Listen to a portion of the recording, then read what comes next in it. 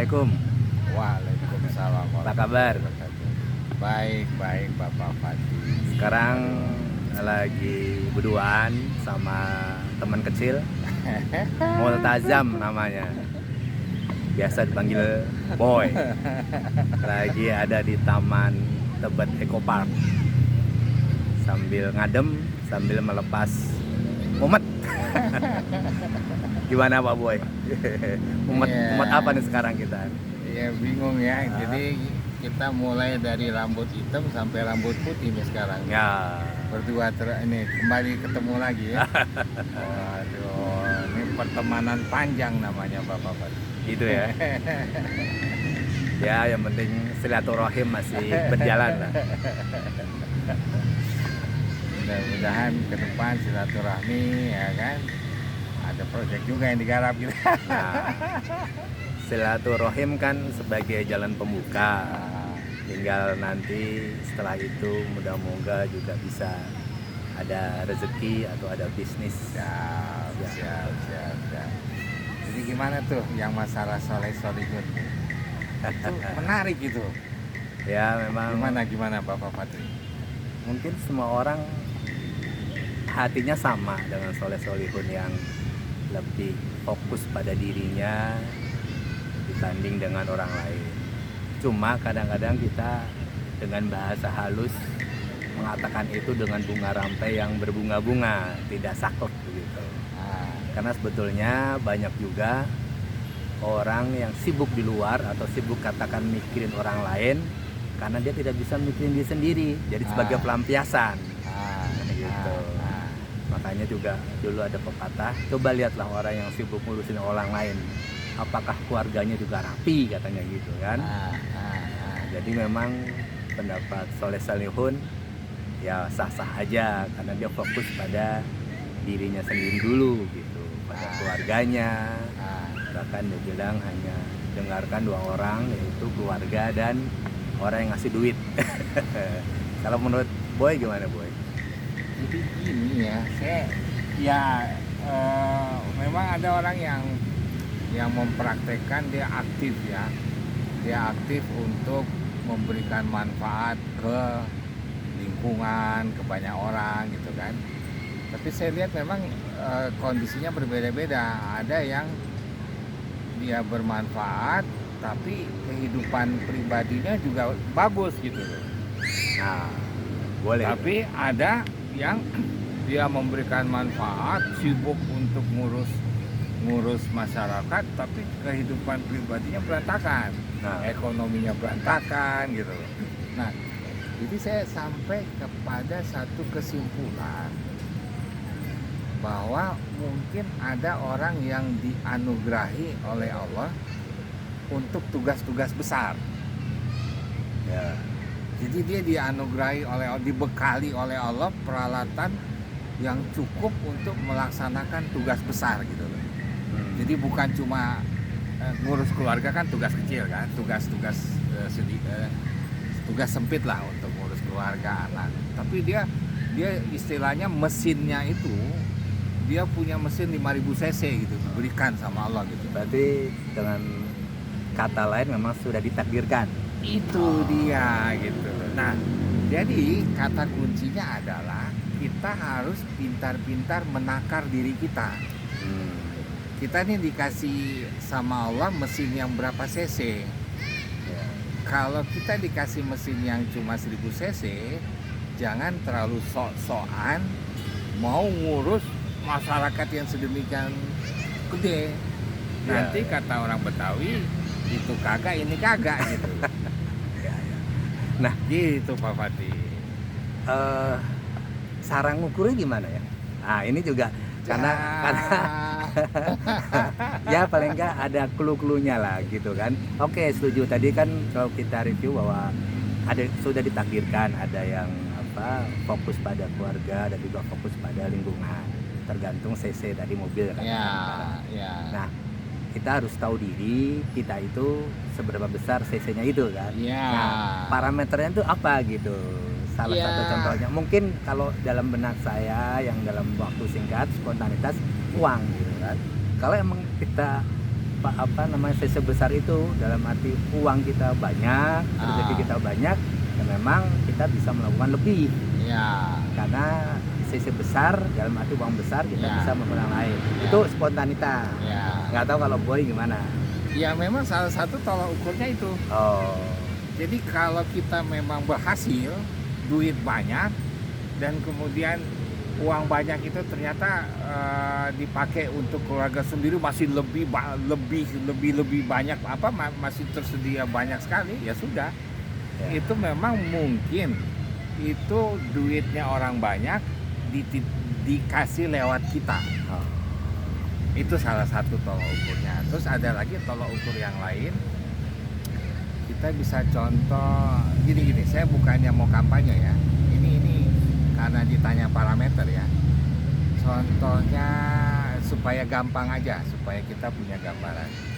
Contohnya Anies Baswedan. Dia itu kan orang yang dari muda kan. Dari muda meniti perjalanan hidupnya, pendidikannya. Itu saya lihat dia tuh memang orang yang sudah diberikan gift mesin oleh mesin yang gede gitu, ya kan, dari muda otaknya encer, jadi dalam satu kesempatan dia bisa mengerjakan sekian banyak pekerjaan gitu. Ya, kemampuan multitasking itu parameter. Atau mungkin juga tadi kan spontan bilangnya uang. Ya. Tapi ternyata juga ada juga skill atau keahlian Ya. untuk mempunyai banyak teman.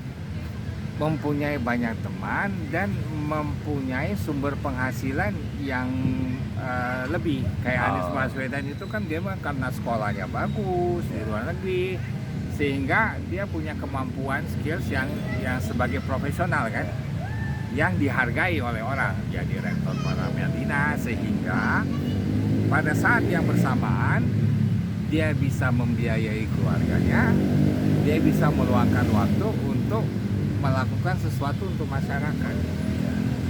Ya, jadi Nah, itu parameternya sih, Ya. saya bilang.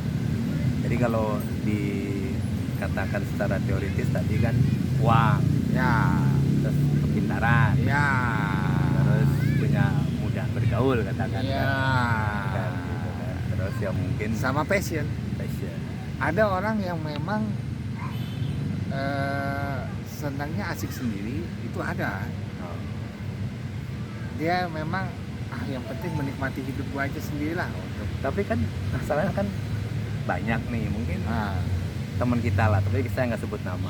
Sibuknya tuh dari panitia reoni ke panitia reoni. Panitia reoni, panitia sedekah kematian, ya, panitia kawinan. Nah, itu ada. Ya, tapi itu kan udah bermanfaat juga kan. Lo ya justru itu tadi Ya, kan. nah bermanfaat ini kan levelnya macam-macam Ya. kan. Ada yang level Ya. biasa aja, ada yang level sedang, ada yang level gede Ya. gitu.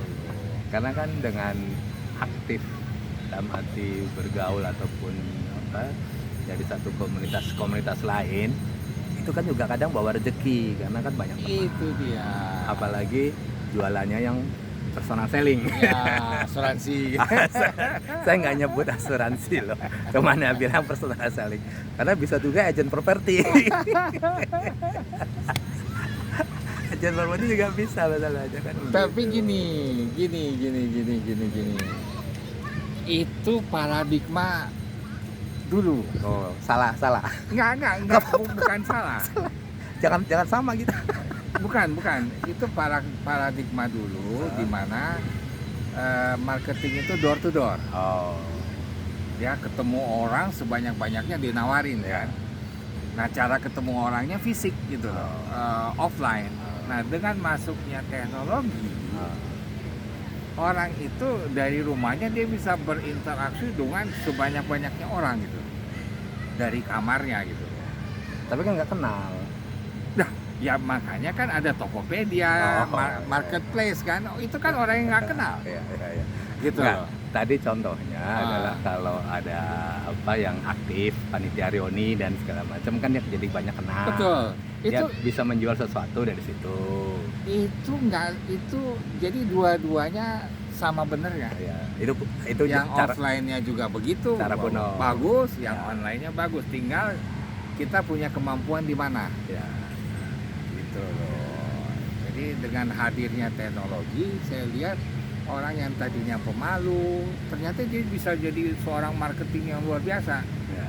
Tinggal dia mempunyai keterampilan gitu loh, keterampilan di di IT, di medsos, ya kan, gitu loh. Saya pikir itu loh. Tapi memang nyambung ke situ ya. Kadang-kadang saya pikir kita Islam ini suka paradoks ya. Ada ayat yang bilang jagalah dirimu, keluargamu dari api neraka kan. Ya. Seolah-olah itu kan keluarga sentris, egosentris. Jadi Allah kasih tugas untuk ya sudah kamu jaga dirimu, keluargamu dari api neraka gitu loh. Ya kan? Tapi kan ada Nah, tapi ada ayat yang lain, sebaik-baiknya orang itu yang paling bermanfaat. Jadi itu kalau kita lihat kan itu kontradiktif. mungkin tadi benar gue bilang bahwa Apa tuh? kita harus introspeksi Ah, mesin CC kita seberapa besar. betul. Kalau kecil ya kita emang fokus itu jaga keluargamu gitu. Ya. Tapi kalau CC-nya besar, dia punya tanggung jawab yang lebih besar untuk Ya. bertanggung jawab terhadap lingkungannya, masyarakat sekitar. Tapi Gitu. ya itu benar. Tapi setelah saya renung-renung juga, jadi Allah ini ya Allah kan yang maha cerdas ya, dia menciptakan langit dan bumi. Jadi seolah-olah dia kasih gini loh, yang prioritas pertama kamu jaga dirimu dan keluargamu dari api neraka. Tapi kalau kamu sudah laksanakan itu dan kemudian ternyata hasilnya bagus, anak kamu soleh, istri kamu soleh gitu kan, jago baca Quran apa segala macam, masalah agama bagus, terus ternyata kemampuan kamu dan waktu kamu dan penghasilan kamu masih berlebih gitu loh. Nah, kalau kayak orang main game, kamu harus ngejar yang level 2. Ya. Boleh. Kalau kamu mau yang lebih lagi gitu loh. Kalau kamu mau yang, karena kan surga juga bertingkat-tingkat kan. Nah, ini surga dasar gitu loh. Ya. Oke. Gitu loh. Nah, tapi setelah kamu lakukan ini dan ternyata kamu punya kemampuan yang berlebih, ya kan? Ternyata ini udah selesai nih kamu urus.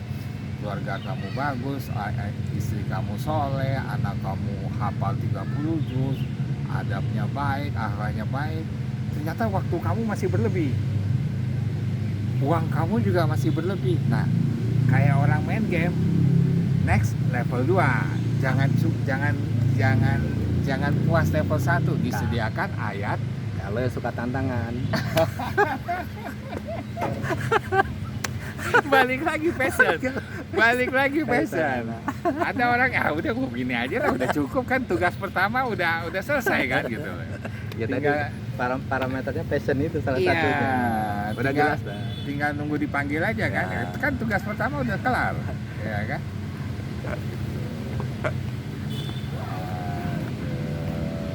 Iya, passion lagi, bener ya. Ya jadi udah kalau gitu berhubung udah 13 menit ya.